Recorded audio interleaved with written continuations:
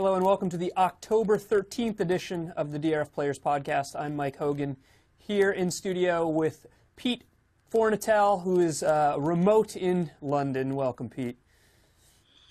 Well, thanks, man. Appreciate you picking up the hosting duties here while I'm away in London. It felt really strange to be here last night. It was the first time since I've been here that I wished I was not here, because as this T-shirt for those watching on video will indicate, I should have been at Citi Field for the first playoff game. It's been such a long time, and I remember, and I think I've even observed this on the show, that in 2006, I was there for the Beltran game. I don't blame him as much as anybody else, and I think part of the reason that I don't is that I was sitting in the loge behind home plate, and I could see the break on that ball that wade right through, and it was unbelievable. So anyway, but I went home that night and comforted myself with the thought of all the Met playoff games I was going to be seeing with that great young core of Wright and Reyes and blah, blah, blah. And of course, this was the next playoff game after that one. And I was meant to be there, and it was funny. I'm not like a superstitious guy, or I didn't even plan on watching the game. I just went to bed, and I just so happened to wake up wide awake at 1:30 in the morning. And I said, I've got some work to do. I want to do some more study on the juvenile turf races in the Breeders' Cup. And what's the difference if I wake up early in the morning and do that work tomorrow, or if I get up right now, do that work while watching a baseball game, and then sleep in a little bit? So I went down there. I went down to my living room. I was trying so hard not to cheer and wake up the family at 1:30 in the morning. And it was an emotional game. I mean, so much has happened since that night in 2006 in my life. My father, of course, since passed away, huge Mets fan. He and I went to the famed Benny Agbayani game together back in the playoffs in oh my gosh, was that 2000? I mean, that's amazing that I don't recall that instantly, but it was a long time ago. But so I've lost him since the last Mets playoff game. I've had a daughter, and it's just one of those things, like seeing your home team play. And in 06, I went to every game bar one of the home playoff games. I wanted to be there so badly. So and I just I love our producers now, Mike and Christina. They do a great job.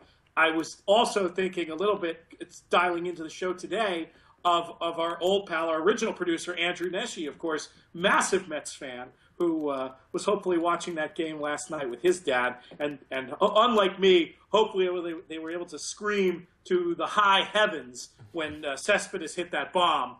I had to sort of attempt to cheer under my breath. Apparently it didn't work. I woke them up anyway. Tonight, if I stay up again, I'm just going to hoot and holler. I think I can't control myself. So I know you spent some time out on the West Coast. You don't have the misfortune of being a Dodger fan, do you? Well, do you want my baseball history in a nutshell? We talked about it a little bit, but yeah, let the people know. Yeah, I mean, I grew up, of course, in Southern California, and so I became a baseball fan as a 6-year-old in the summer of 1977. And of course, that was the core of the classic, at least in my life. I think of the classic Dodger teams: Davey Lopes, Steve Garvey, Ron Say, Bill Russell is the infield. You've got Steve Yeager as your catcher, pitchers Don Sutton. Who else? Tommy John. Tommy John, of course. Charlie Huff, the knuckleballer. I think Mike Marshall was even still on that team. Maybe, I don't know. But that was and of course, Vin Scully was announcing the games, as he is still to this day. So that's what made me, and then, Dusty Baker, Reggie Smith, Manny Mota off the bench. I could probably name almost the full lineup. I mean, I was a 6-year-old at the time, and I still remember it all. So I became a baseball fan that year, and became growing up in Southern California with friends who were all huge Dodger fans in particular. I became a Dodger fan, which also made me a Yankee hater. Because, as you, I'm sure, remember, 1977, they lost in the World Series. I watched those World Series. That's the first World Series I have memories of, 77, yeah.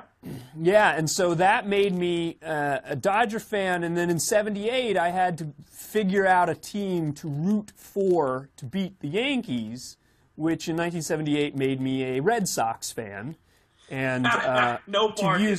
Lately, yes, but for a long time, no bargain. No bargain, which in 1970, to use a racing metaphor, boy, the Red Sox, they got out to a loose lead, and, 2/3 of the way through the race, you thought they were going to coast home. They got really weary late and were caught. And then, of course, that led to the one-day playoff. This was prior to the whole wild card thing, so really... Yeah, they only had one game in 1978. I'm not, telling anything most fans don't already know. But from my standpoint, on the West Coast, that was a day game. I believe it started about maybe noon. It wasn't quite a 1 o'clock game on the West Coast, on the East Coast. I think it might have been a 3 o'clock game. Started noon. That sounds right. Noon on the West Coast. So I was 7 in 78. I knew I would miss the game because I knew by the time I got home from school, it would probably be about 3:30 or 4. So I faked being sick in order to stay home. It worked. Now that I didn't know. That's amazing. It worked, and fantastic game, which of course was culminated by the famous Bucky Dent home run. Mike Torres, right? Mike Torres, and you may or may not remember the. Pitch before, or a pitch that earlier that at bat, he fouled a pitch off, I think off of his foot, broke his bat. Story goes he didn't have another bat, and he borrowed Mickey Rivers' bat. That was the bat he used to hit the home run. But yeah, so that as a 7-year-old crushed me, and I learned what it meant to be in that one that one season, but particularly that one game, what it meant to be a Red Sox fan. And then for a while, I was kind of parallel Red Sox Dodgers fans. And then probably in the early 90s, I became much less interested in the Dodgers just because, the players I liked kind of moved away, and I became much more of a Red Sox fan at that point. So that's the piece of information I was absolutely looking for. I didn't want to be too, nasty about the Dodgers if you were in fact a fan. But that's a good point about learning the misery of being a Red Sox fan. It always amazes me when we talk sports with Matt Bernier that for basically his whole life he's known the Red Sox as a winning team. It's amazing to me. Right. I know. It's sort of like I don't know. I mean, I'm trying to think of another analogy, maybe from the music world. In my life and in your life, the Beatles have always existed. There was no time when there was no Beatles or Rolling Stones or something like that. They just have always been, And for Bernier, the Red Sox have just always been a winning team. They've always won. He remembered. I'm sure he was a kid when they won their first World Series. Since 1916. Or 1918, boy. See, I even forget now. You got it. 18, yep. It's kind of like the same way with the Cubs now. I mean, they've just always been a loser. Well, they still haven't won anything. Let's be honest. They're still the Cubs. That's what I'm saying. A meteor could still fall out of the sky and crush Jake Arrieta the day before Game 7. Anything's possible. That's what I'm saying. I don't know if you saw my joking tweet yesterday about Arrieta the horse was running at Belmont yesterday. He finished out of the money. Arrieta, there's a jockey, Francisco Arrieta. He had, at the time I tweeted it, he had only one mount, finished out of the money. I think later he had 2 more. They both finished out of the money. And so I said, is this a bad omen for Cubs fans later tonight? And I had all these Cub fans, of course, were like, no way, he's unbeatable. And it was like, any Cub fan that thinks that anything is unbeatable at this point, you're either too new a Cubs fan or you're way too confident. Because I know back in the day when prior to the Red Sox had won the World Series, I never would have said anything like that. Yeah. I've been through too one much.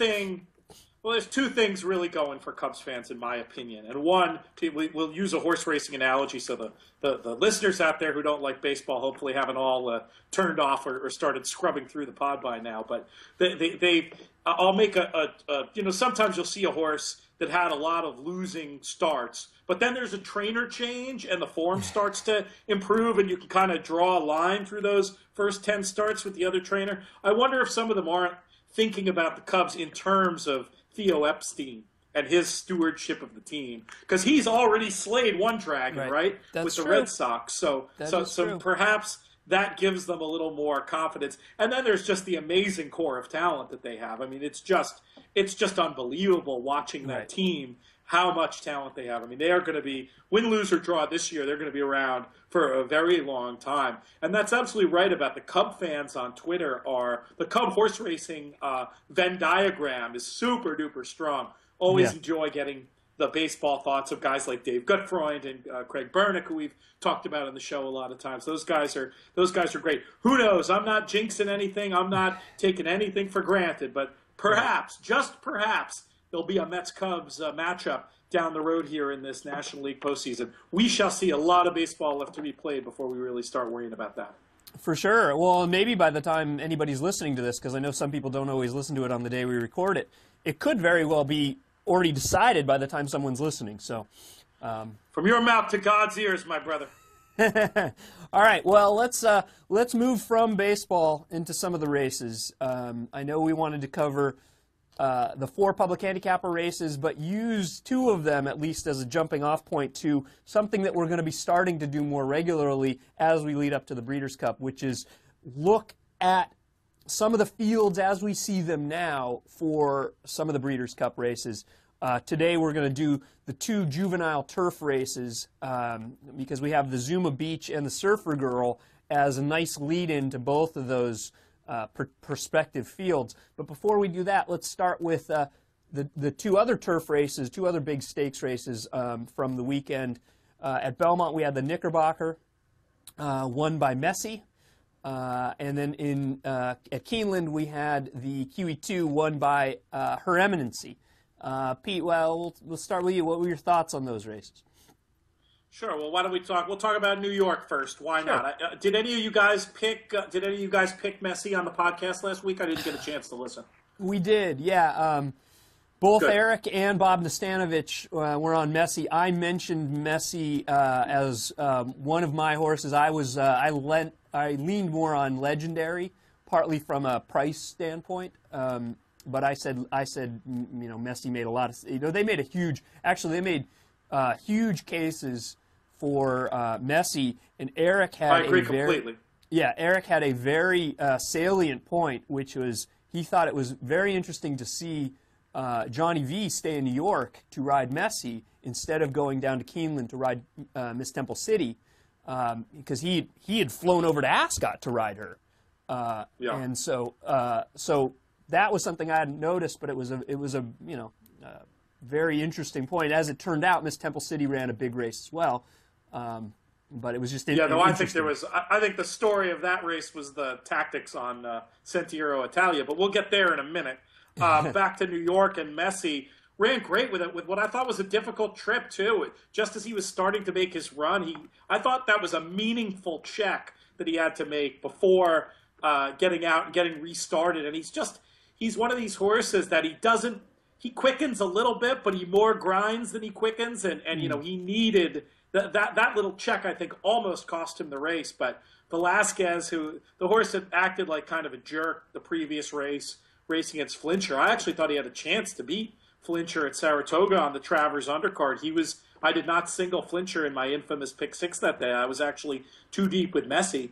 And he raced without cover and just got a little jerky. And I think that was smart, actually. I usually don't like to see my horses in last, but I think it enabled him to sort of switch off and get his head in the game. And I thought he did a really good job to get up. And I think he's a really talented horse. Is he the kind of horse who I should have been playing equally with Flincher in that race? Probably not, but it did make me feel a little bit better. And I just didn't understand some of the betting in that race. I don't know the betting market's fascination with War Dancer is something that I just don't get.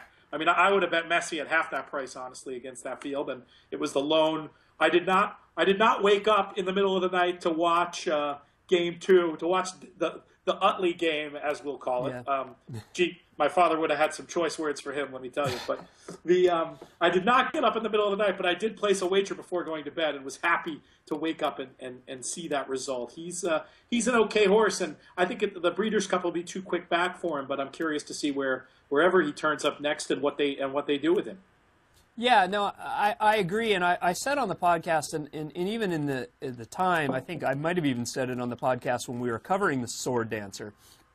I don't know if Messi wants to go 12 furlongs, and so I felt like the cutback in the Knickerbocker was right up his alley. I thought it worked really well for how far he wanted to go. I mean, it may have been a combination of that and just who he was facing too much too soon to take on the likes of Flincher or even Red Rifle at that point.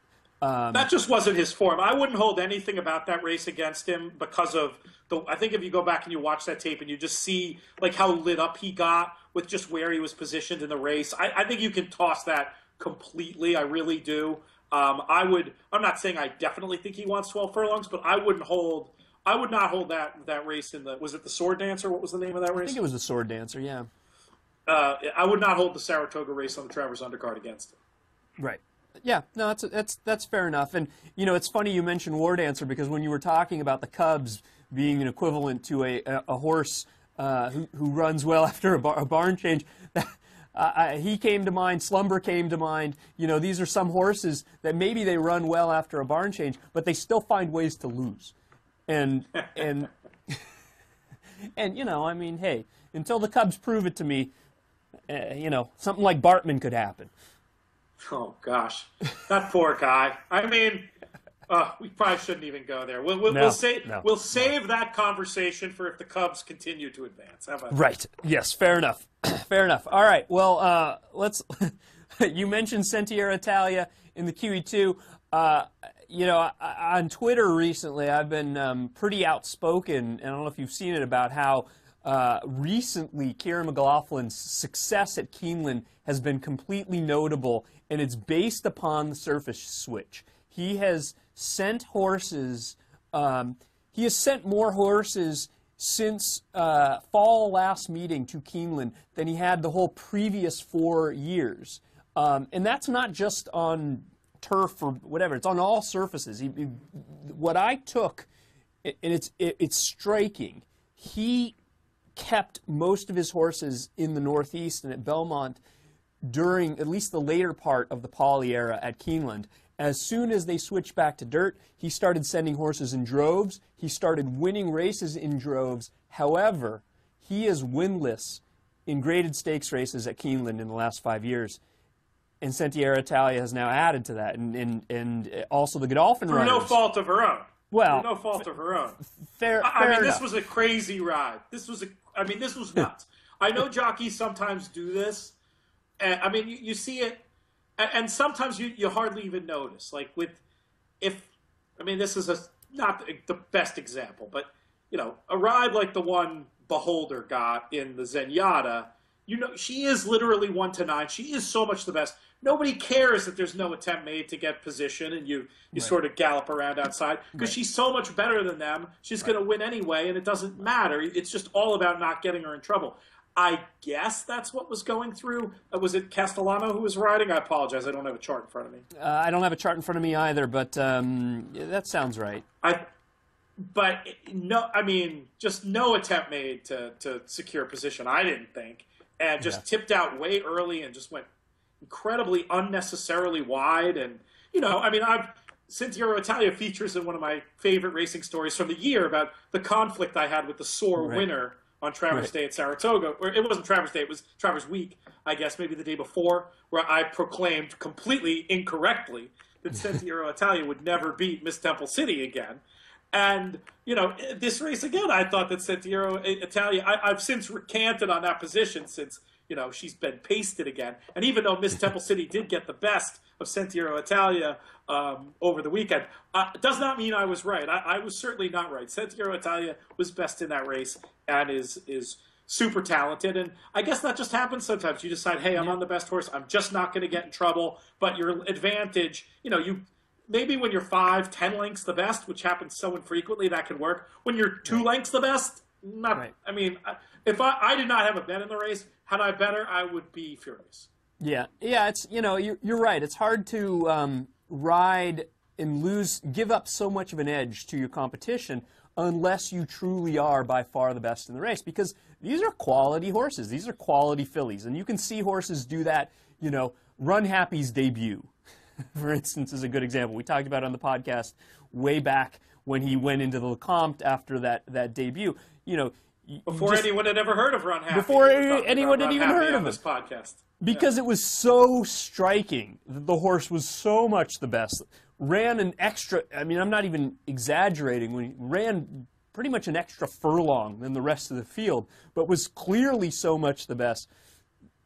You can do that against maidens at Turfway Park. You can't necessarily do that in a graded stakes race at Keeneland when you've got grade horses 1 in a grade 1 at Keeneland. You know, so yeah, it's a fair point. You know, obviously, if you bet her, it's not much consolation. But you know, it sounds like if you had Her Eminency, you got a fantastic price, a $40 winner, and you benefited from the best horse in the race maybe not getting the best trip in the race. I would agree with that. I mean, still, Her Eminency, I mean, that's an impressive number. I didn't properly handicap the race and hang up prices and everything, but that seems like it had to be an overlay. Did any of you guys come up with anything clever in that one? No, not really. Yeah, you know, they were boy. My pick was so unmemorable that I'm even forgetting who I landed on in that race. I think. Oh, you know what it was? It was I landed on the Chad Brown. First start for Chad Brown. He was adding blinkers. He was 7 for 12 when he's done that in turf routes, or no, taking blinkers off, I believe.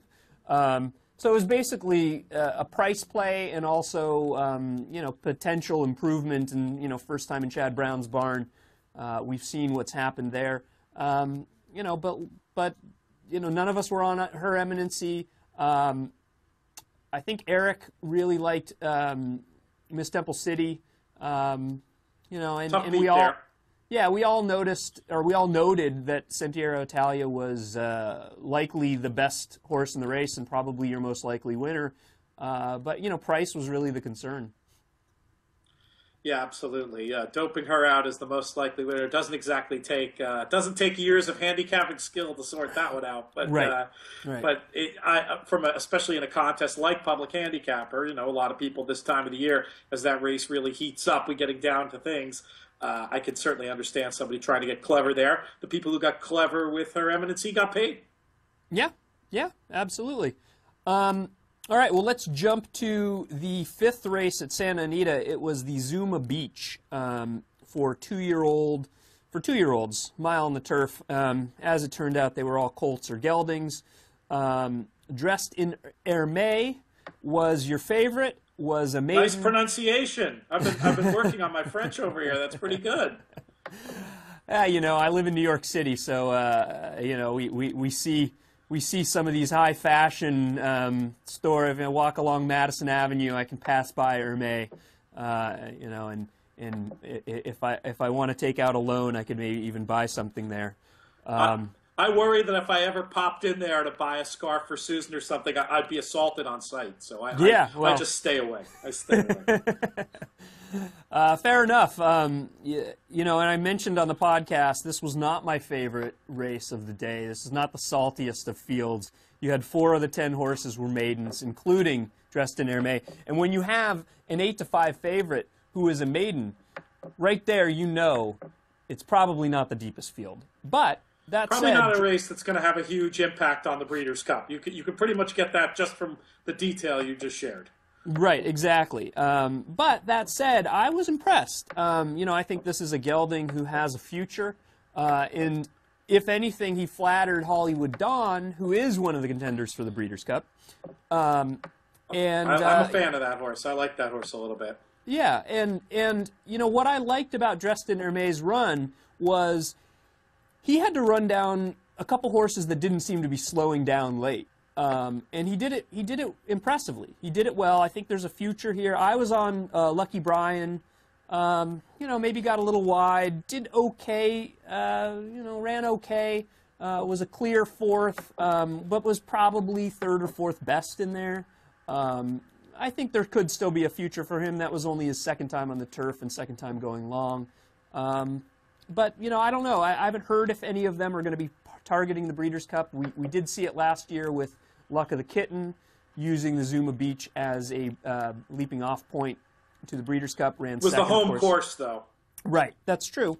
You know, 3 weeks is a little short, so you never know. But I'm probably not looking to bet any of those horses in the Breeders' Cup if they do show up.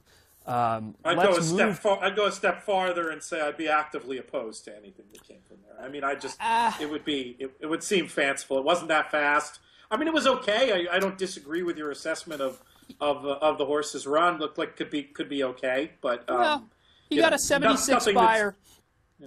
He got a 76 buyer against the race flow. He'd probably be a huge price. You know, I wouldn't lean too heavily on him, but at 20 or 25 to 1, you know, on a lightly raced improving horse that's only raced, you know, 3 times lifetime, you know, crazy things can happen in this, in the Breeders' Cup, and you know, I wouldn't be against using him if he shows up.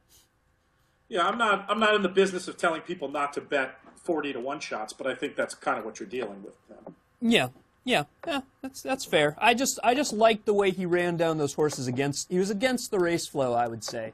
And he did it. Why do you say? I haven't studied it that intently. Are you just saying that because the horses that were first and second early ended up second and third, or did you have another?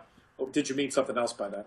Well, mostly, but just the way he did, even in the replay before I saw the final chart, it just looked like he was starting to go and he was running down horses. I just liked the move he made.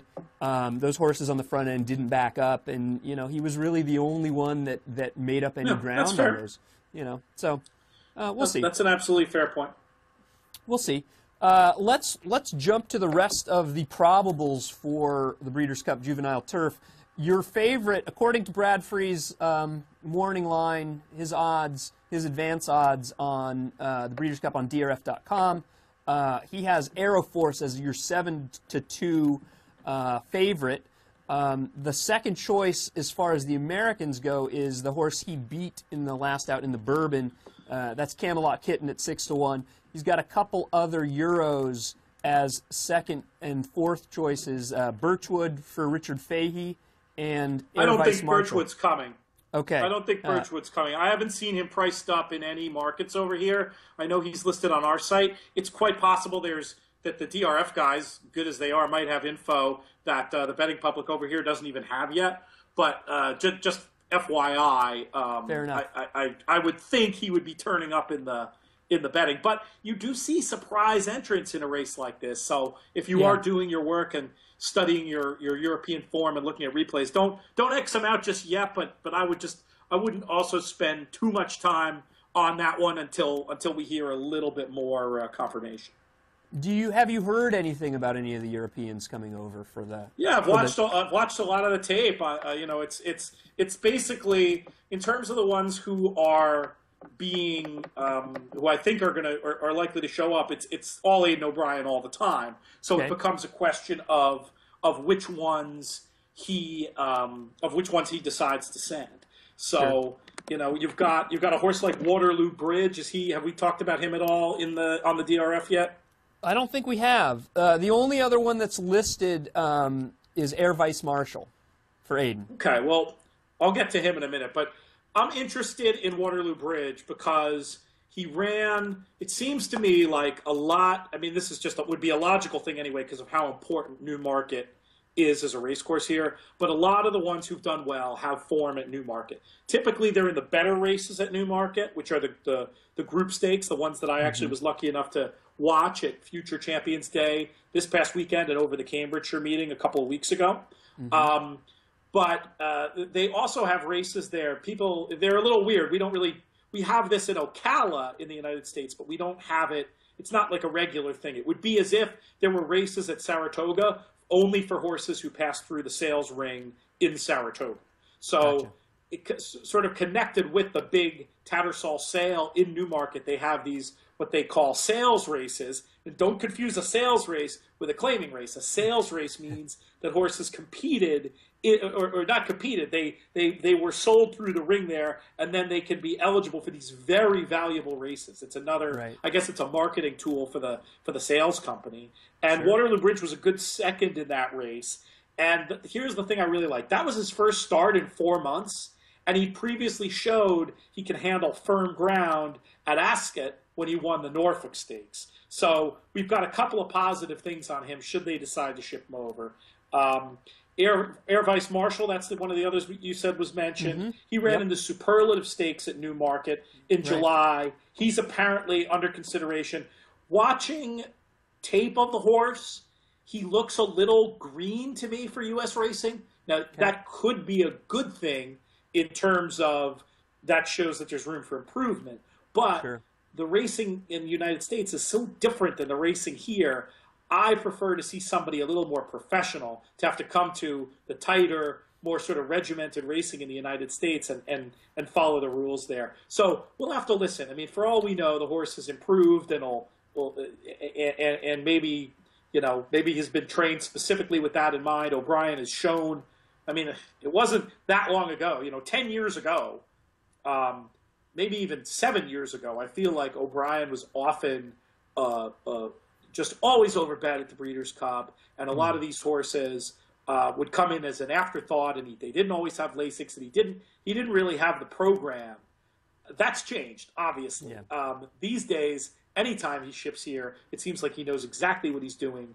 I think you can trust him to. I think you can trust him to make the right decisions with whoever he chooses to send over. With all the success he's had in the last 5 to 7 years in North America. Have you guys been, as DRF been talking about this horse, hit it a bomb at all? No, not that I've seen. Another Aidan O'Brien. This is the one who's at the top of the betting market over here. And it's so that to me, a lot of the betting shops are taking bets on this horse. I'm thinking he's a likely runner, and he'd be a big threat on paper. In his debut, he beat a field of 22 horses at the Curragh, and then returned to show some versatility, winning an all-weather race at Dundalk that just looked flashy. It just looks good on the tape. I think you can find it. I think you can find that on YouTube if folks want to take a look. But I think he's another one. Another O'Brien being mentioned, a perfect horse to run in America because he's named Washington, D.C. He won the Windsor Castle at Royal Ascot and was second in the Phoenix at Newmarket. And he was second to a horse named Air Force Blue. Now, Air Force Blue, if you follow racing over here, is a name you already know because he went as one of the two leading lights into the Group 1 Dewhurst last weekend at Newmarket and absolutely bolted up. Looked fantastic in winning, looked great in the paddock. Just that classic Coolmore look of a horse. They sort of, even in their racing days, they almost look like mini stallions. He's just a gorgeous horse. And, Air Force Blue will be one of the leading contenders for the Guineas. Their best horses they don't send here. And that's where, when we'll get to Minding in a minute, Minding ran way too well at Newmarket to be considered for a race like the Breeders' Cup, Juvenile Fillies turf. She's one of the favorites for the Fillies version of the Guineas next year. Anyway, Air Force Blue boosted the form of this Washington D.C. horse significantly. Another one to keep an eye out for. So those are the European names I'm hearing and seeing bets taken on. Anything could happen. Obviously, we've seen before horses from other yards who, at this point, I think the racing media here knows to obviously follow O'Brien so closely. That doesn't mean somebody else isn't thinking something and working the channels to maybe get a horse sent over here. And as we get closer, obviously, I'm spending a lot of time following these horses, so I'll share any insights I have. But I think if you want to get a jump on watching tape, that's the group of horses to maybe start taking a look at. And I'll just I'll sum that up again if folks want to write down the names. We were talking about Waterloo Bridge, Airfice, Marshall, Hit It a Bomb, and Washington, D.C. Right. Perfect. All right. I've got them written down. I'll check them out. I've watched some of the races, but I'll have to definitely follow up on those other ones that you mentioned. So as far as the ones that have raced over here, Aeroforce is your favorite of those, pending whoever we see. It looks like, at least according to Brad Free, the contenders are coming out of the Bourbon because he's got Camelot Kitten as the second choice of the Americans, and he's also got Siding Spring, who ran third in that race at 15-1. What's your take on the American juveniles on the turf so far? Have you seen any that you're really excited about? Have you seen any that you maybe thought you would want to play against at shorter prices on Breeders' Cup Day? I think you zeroed in on the right race, certainly to talk about first, the Bourbon. Aeroforce really looked terrific, tracking a strong pace and staying on well there. But I still feel like I'm not sure if he's the one I want out of the race, because Camelot Kitten, while he may have benefited from the pace in there, was hampered by traffic on multiple occasions, and I think can be moved up a couple of lengths, enough to suggest that he might be absolutely as good as Aeroforce. I mean, I was talking to our buddy and friend of the podcast, Jonathan Kinchin, the other day about Camelot Kitten, knowing what a huge fan of his brother, Bobby's Kitten, Jonathan is. And I thought he had a great line. He said, Camelot Kitten might just be what Bobby's Kitten would be if he could relax.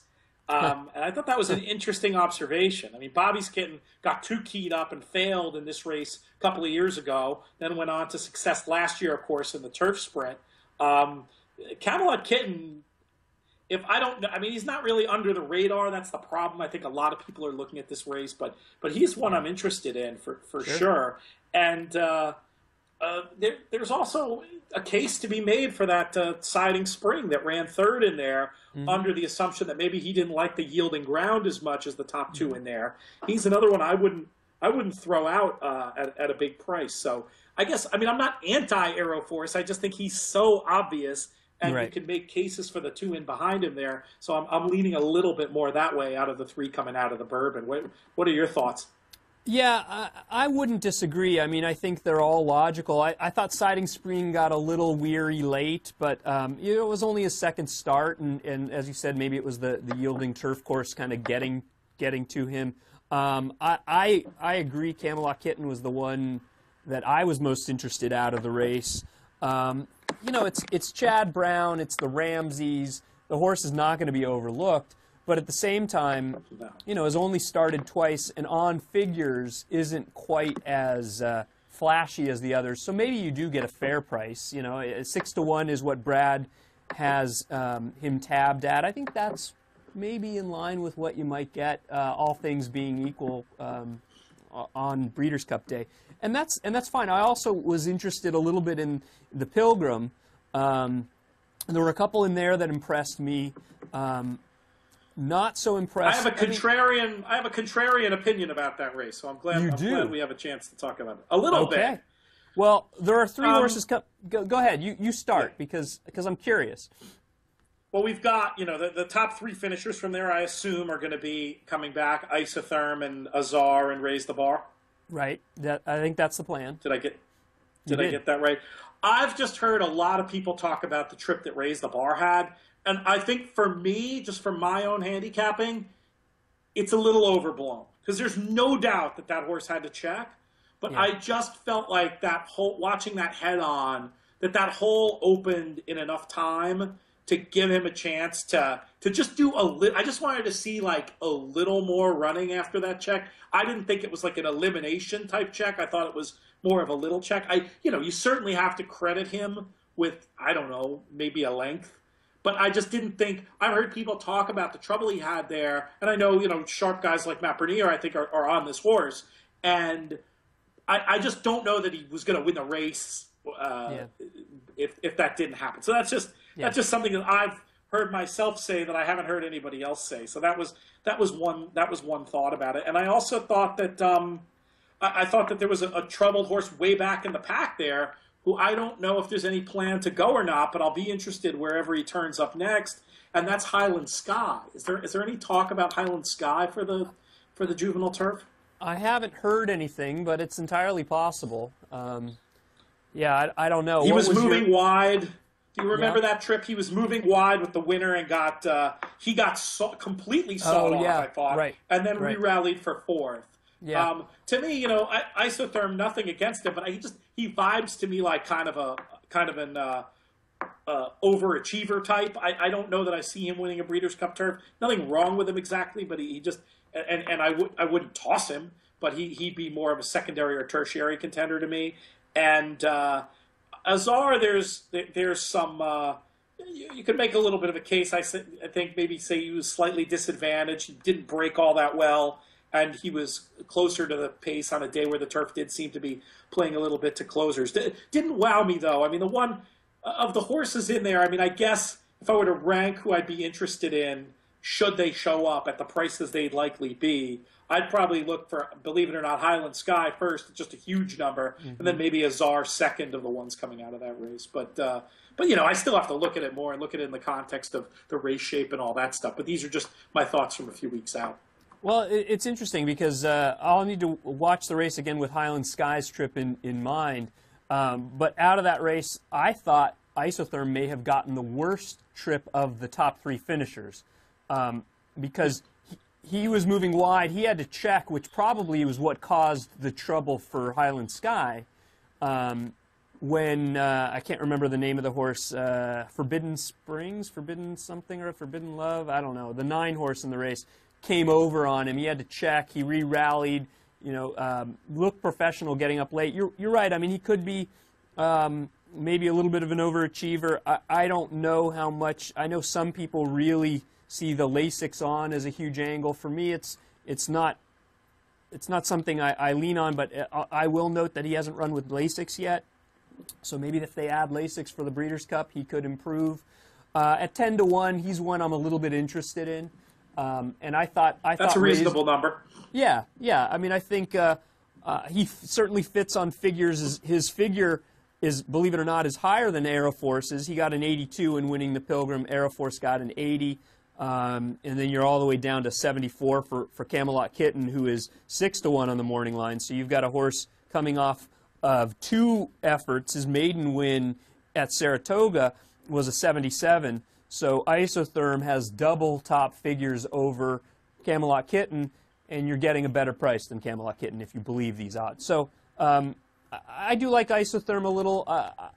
Azar, I don't know. I think I might need a little more. He's also 10-1 on the morning line or on Brad Free's odds. I might need a little more than that to be interested. But I think he ran a good race, and he could improve as well. Such an impossible. I wouldn't take those prices very seriously. I mean, it's an impossible chore to give those folks to try to make lines in a race where you just have absolutely no idea who's running. I mean, I listed those Aidan O'Brien runners before.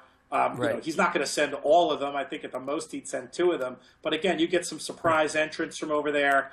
The USA runners could be a lot longer. Or conversely, if one secondary O'Brien shows up and all the money flocks to those horses coming out of these American preps, you might not be looking at anywhere near that. But it's a useful framework to just start thinking in terms of value. But don't make the mistake of saying, I like this horse, he's going to be 10-1, and then being sorely disappointed if the horse is 4-1. Like that might just be the 4-1 then might be a lot more value than 10-1 is now based on who might or might not show up. It's just just a little piece of advice for me for the listeners.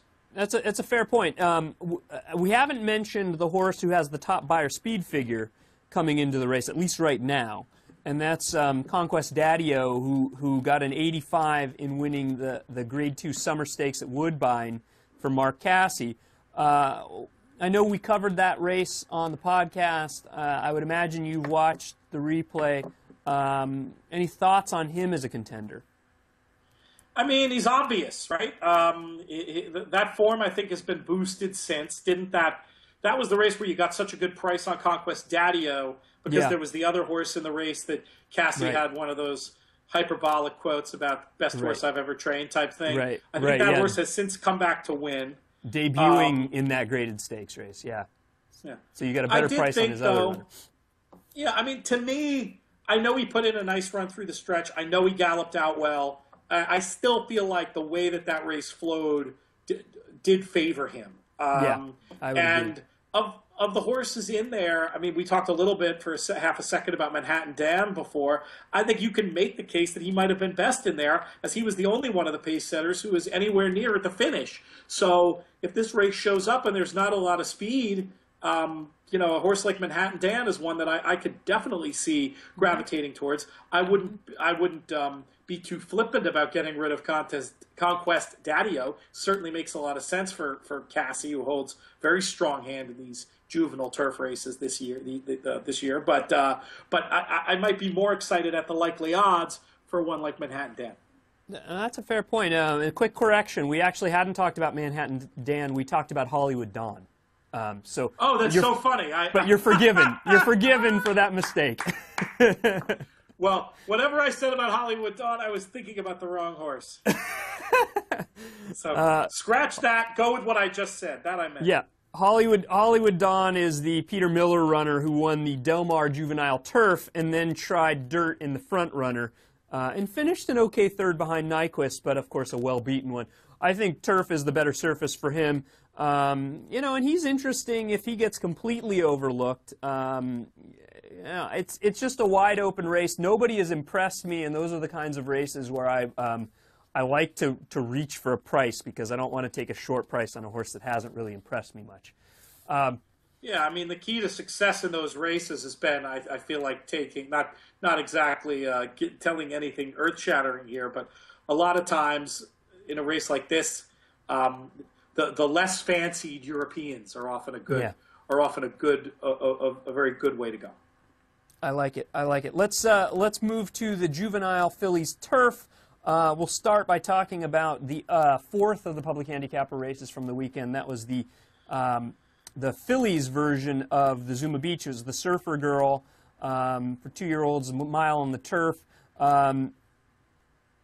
Your thoughts on the race, and before you start, I just have to say no Beach Boys references. How can you cut me off at the knees like that? Did you see in the winner's circle? In the winner's circle for both of these races, instead of, you know, the cool, believe me, you know I'm a big fan of julep cups too.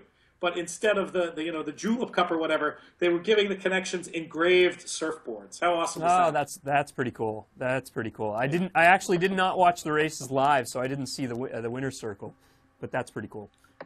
No, I was pretty impressed. Now I thought I had my I did this thing I've never done before. I downloaded a program to mark up PDFs. I don't have the same printing ability here. And I realized this could be a very dangerous thing. This could lead me to eventually making the break with paper and only handicapping on screen. Which I thought you've been encouraging me to do that forever. I thought you'd be excited. I have. Yeah. I have. I like it. I thought you were saying boo. You were saying no. Ooh, I said ooh. Yeah. Okay, no. I got you now. I like it. You know, I mean, I spent before I moved to New York. I spent 15 years in Oregon, and you know, you got to go paperless there. There's more regular compost service in Portland than there is garbage service. So. I believe it. Hey, our pilot program for composting in Park Slope happening soon. I'm excited. That'll be waiting for me when I get back. Nice. But all right, let's get back to the Surfer Girl here before we get completely ridiculous. Yep. It looked like it was going to be an important prep for this race because of Jacoby Jade's appearance. Mm-hmm. But she was the one, if you watch that replay, Trevor Denman notes that somebody throws their shoe going into the first turn, and she was the one. And then even after that, I mean, you could probably excuse her run just based on that. But then even from there, it wasn't the easiest of trips in the world. The quote from Connections was that they were planning to regroup. That does not sound to me like a BC run is going to be in her cards. Right. So instead we have stays in Vegas, who won for Jim Rome. And, you know, looking at the speed figure she earned in there, it's competitive with the other horses we're going to be talking about. Yep. She attended a solid pace. She looked keen to me early, relaxed just enough, like a horse who was getting the hang of things. I like how she sort of pricked her ears, turning for home, and powered home from there. And the gallop out was tremendous. I mean, it was really, I thought it was really strong. And I think, you know, she's one that could improve. I'm intrigued. I haven't... We'll have to see what turns up from Europe, but I'm intrigued. Me too. First time on the turf, first time going 2 turns. I thought she did great. She was, I thought, very impressive, much more so than anything I saw on the Zuma Beach. She's the one that I would want out of this race. I don't know what kind of price we're gonna. I don't even know if they're thinking Breeders' Cup for her, and I'm not sure. We'll, you know, I don't know. We'll see. Like you said, it'll all depend on what shows up in Europe. But from the Southern California turf fillies, I like that effort, and I think this is one that has a lot of upside. And you mentioned Jacoby Jade as your 9-5 favorite. She ran 6th. Any other thoughts to take out of the race? I thought Mirage ran well with some trouble late in first start in North America as well. I probably need to watch the replay a couple more times. Tell me about that trouble trip. What happened there? Oh, she got completely cut off by Lucky Foley, and Lucky Foley was then DQ'd and placed behind her. Oh, right. I saw that. That's right. She was DQ'd. Yeah. I did see that. What you think? She was coming through on the inside, and she much. I don't know. I don't know if she would have won. I don't think she would have won, but she, I understand why they DQ'd, and she could have gotten second certainly.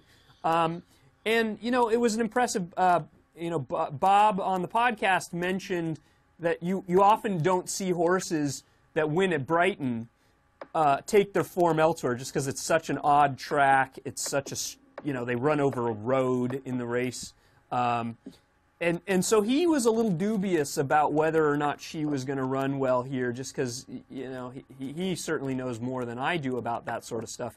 I thought based on that, she kind of cut the corner. She had a bit of a rail trip, but she's one that could improve. And that was her second career start and her first start in North America. For me, Bob knows more about this stuff than I do, certainly, but that type of analysis I would lean very heavily on with European trainers bringing their horses over here. I feel like these bloodstock agents who are buying horses for American connections have gotten so good about identifying the right types of horses. I assume that filly is American owned. No, Fitri Hay. Oh, really? So forget what I just said. Yeah, that. And I mean, in truth, if you eliminated using that one on top, it only worked to your advantage. So yeah, so that even makes more sense to me. Yeah. I should never have questioned the great Bob Nastano. That was something that Eric had mentioned, because I think he actually picked her. He was just saying that Fitri Hay always, if she shows up, they mentioned, she was part owner of Cape Blanco. She owns some really good horses that show up in North America. And the fact that I don't know if she bought Mirage after that win at Brighton, or if she was the owner and then chose to send her to North America for Simon Callahan. But just the fact that she was listed as the owner here made Eric pay attention, because she's maybe not as known to North American racing fans, but she's right up there with the Coolmores in Europe, I would say, right? Yeah, I mean, there's no Coolmore is sort of an entity unto themselves, but that's certainly a name that means something over here as well, and that is interesting. That's an interesting relationship. We'll have to start following.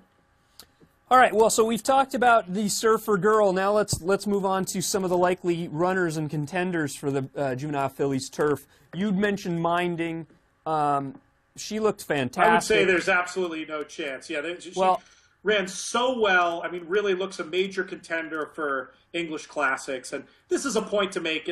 We talked earlier in the year about it was more. You were a little more level-headed about it. Matt and I were both talking about what we felt was the vast superiority of the European runners. And some people arguing the other point to us were talking about races like the Breeders' Cup races and how, well, it's not like they win all of them, but particularly with races like these juvenile races, they're not sending the first string. They're not really sending the second string. I mean, once in a while you see a horse like Sky Lantern come over, who ended up being, really, really good.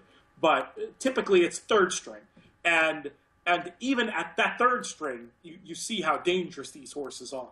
But I just wanted to add that as a little coda to that conversation we'd had a little bit earlier in the year on the podcast. As for Minding, couldn't have been more impressive, but just all the vibes to me, I'd be just shocked, speechless if they were to send her over. She's their leading contender for their classics next year. Just not a spot I would think they would even consider. I think she's been on the list because she won a win in your in-race. Yeah, I was going to ask, you were there at Newmarket on Friday to see her impressive win in the Dubai Fillies Mile. I was going to ask you if you had a chance to sit down with Aiden after the race, maybe over a pint, and say, okay, so what are your thoughts here? I've never met Aiden. I'm scared of him, though. I mean, he just looks like, he's got that cadence in his way of speaking. I'm not going to do it. Get a few drinks in me and ask me to do it at the bar at Keeneland. But he's just got this hilarious. His post-race interviews are basically like a Saturday Night Live skit, of like Interview the Irish Trainer kind of thing. But it's I'm scared of the man, to be honest. I'm scared of all those Coolmore guys. But I'd love to meet them, and I'll let them know I have Irish heritage, and maybe we'll be best friends. But I don't think so. But anyway, I mean, that was just an awesome effort, and I have a feeling you'll see some of her stablemates in her stead heading over to our shores. All right. Well, so we talked about one European that's probably not going to run. So do you have any thoughts on who you think might show up for Aiden or for anyone else? Well, there's one of Aiden's who's priced up in the markets over here. So that's basically what I'm going on. Yep. Is this horse called Alice Springs? She's got form at the Group 1 level that would make her a major threat. But, as usual, you just got to – anything that comes over from there is got to be considered. Another one who might make sense is a horse actually called Coolmore, who ran in the same race. Sure. In the Fillies Mile as well. She was a creditable fourth in there. And seemed like the kind of horse that they might think about giving one more race and sending over. Another one called Ballydoyle, won an entry to the race out of the boost sack on the ARC undercard. I haven't heard anything about her showing up, but it seems at least worth discussing. So those are the ones to take a look at. Probably for me at this point would be Coolmore, Ballydoyle, and Alice Springs. Okay. All right. Well, we'll see what ends up, and I'm sure we'll find out some more information as we get closer to the race as far as who's likely to show up from Europe. As far as the ones that have run in America, your favorite on the morning line, according to Brad Free, is Harmonize, who won the Jessamine Stakes last week. Also, super impressive. I would agree. I would absolutely agree. And Catch a Glimpse right behind her in Brad's odds, the winner of the Natalma and also the owner of the top buyer speed figure of any 2-year-old filly that's raced in North America this year on the turf. I think you can, for me, you could safely upgrade Harmonize's speed figure. Because, she wins by a neck, but I just thought it was way better than that. I agree. Insanely wide. She's circling the field, and I thought she looked to maybe even have a little more left at the end. I think it was a prep race that she happened to win. Pretty incredible to be bet that hard, but betting to even money against 13 rivals. Right. I like also that she's shown versatility, winning in Saratoga from nearer the pace. Now we know she can come from far back. Whoever comes over from Europe, Harmonize will be a worthy opponent for, and I might end up siding with Harmonize with that course and distance win and all the other positives. You also mentioned the other super logical one, Catch a Glimpse, who romped home through pretty even fractions in the Natalma, which has been a key prep race for this event in previous years. Gamble's Ghost, who was second there, came back to frank the form, as they say here, boost the form, I guess we'd say at home, by winning the Mazarine Stakes on the synthetic. we talked about Cassie having a strong hand. You know, this one, you know, this was very legitimate contender catching glimpse. I can't see too much negative to say about her. Yeah, maybe the only negative is the price, and you know, if you make a case that she got away with a pretty easy lead in winning impressively, you know, you just maybe question I thought it was whether... fair. I wouldn't say easy. I wouldn't say. Okay. I thought it was fair. Yeah, you know, but it was on good. It was on good turf, and you know, I guess that's the only knock potentially. But she's done very little wrong, especially on the turf, and she's definitely a player. Let's talk about some of the horses that ran in the Ms. Grillo up at Belmont. I believe Tintype Gal, who won the race by a nose over Thrilled, and I believe Time in Motion, who finished third. I think all of them may be pointing to the race, and even the horse that finished fourth in that race, Yanita, first start in North America for Chad Brown, may show up. Did you have a take on any of those, or who you want out of that race? That's another tape I need to watch again. I didn't have a clear preference. I mean, I thought Tintype Gal definitely, you know, ran well, coming from off the pace and confirming the quality she showed at Saratoga. She was sort of on my radar from that, and so I'm a little bit of a fan of hers. But I need to go beyond just being a fan of hers and watch those trips much more carefully and see if I can come up with anything clever. Did you have a preference out of those other runners? You know, I don't know if it's anything clever, but I really did like Yanita's run. She was the favorite in that race. She was way out of it and made a huge run late to get fourth. Was only a head away from third. She's one that I think can improve, and of course in the barn of Chad Brown, you know, she's dangerous. If she gets a little overlooked, you know, I don't know what kind of price we'll get, but it depends on who shows up. She impressed me with that run. She was chasing relatively tepid fractions on the front end, and she was just flying late. So I'd be interested in her, but I don't know. You know, Tintype Gal looked good. I think all of them impressed me. But all things being equal, I'm assuming I'd get a better price on Yanita, so I might lean on her. That's sensible. Yeah, we should talk about that race again when we get closer, if any of them leap to the top of contention to me. From where I sit now, you know, Harmonize is looking like a horse who might be a single on some of my tickets, on some of my multi-tickets on Breeders' Cup Day. I agree she's legitimate because, as you mentioned, I mean, I was expecting her to be on or near the lead last out in the Jessamine. I mean, I wasn't expecting her to sit 12th. I wasn't expecting her to have to make up 12 lengths. And the way she did it was just, it was, you know, it was almost jaw-dropping, really. I love the versatility. Yeah, me too. Me too. And there's something to be said for that market confidence, too. You know, I mean, you can go overboard with this and get yourself into trouble, but you've got to figure some people who are either, I don't know if it's insider money or just sharp handicappers or whatever, to bet. I know it was the kind of race where you looked at it on paper. I mean, anybody could sort of see that you were either going to single or go really deep and try to beat Harmonize in that spot. But to be bet to even money against 13 rivals, it just suggests to me that there's something special about that filly if she can keep it together.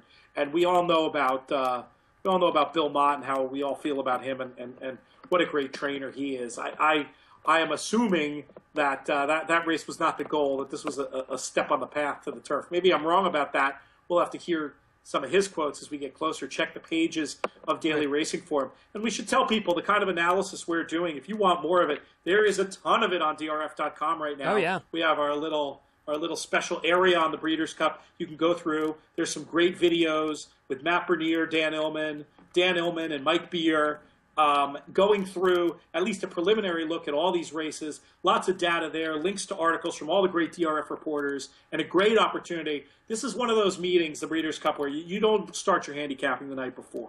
You should be starting your handicapping now. Start going through, watching replays, listening to smart analysis, and give yourself a real leg up so you're not in a position to have to try to play catch-up the day before. The opportunities are too good for for the Breeders' Cup to do that. You should really get going now, and the best place to start is DRF.com.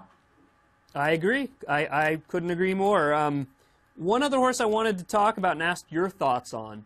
We're not going to cover the Juvenile Fillies race today, on the one on dirt, but there's a horse that now has a little bit of options, and I'm talking about Nemeralia for Jeremy Noceda, who ran a pretty nice second, I would say, in the Frisette on dirt.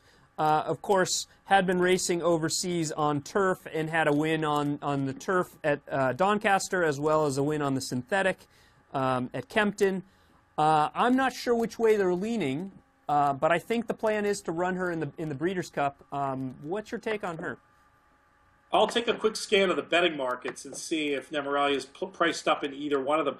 I would think that the plan, I would think if you're going to come over here and you're going to run on dirt and you're going to run second in a Grade 1, you're not going to go back to the turf. I'm thinking, I mean, maybe they cross-enter and if they think it comes up weak, but I mean, the value for a filly like that to run third, it could just do so much in terms of the breeding side of things. I would not think that they would back off. I don't think I'd say that I could support her in the spot, but I shouldn't say that yet. I'll go back and take another look with that specific question in mind. Yeah, well, it's interesting, kind of like the one we talked about earlier, Air Vice Marshall. She is a Kentucky bred who was racing over in Europe and is now potentially going to come home. And I don't know if they're planning on keeping her here to race after the Breeders' Cup in North America. But it's interesting when you see these. And she was an OBS March sale. She was a sale as a 2-year-old. They bought her in March of this year and sent her over to Newmarket. She ran, boy, three months later and made her debut at Newmarket 3 months after being sold at OBS March. She's interesting. I don't know. I think you're right that they're probably leaning the dirt for her.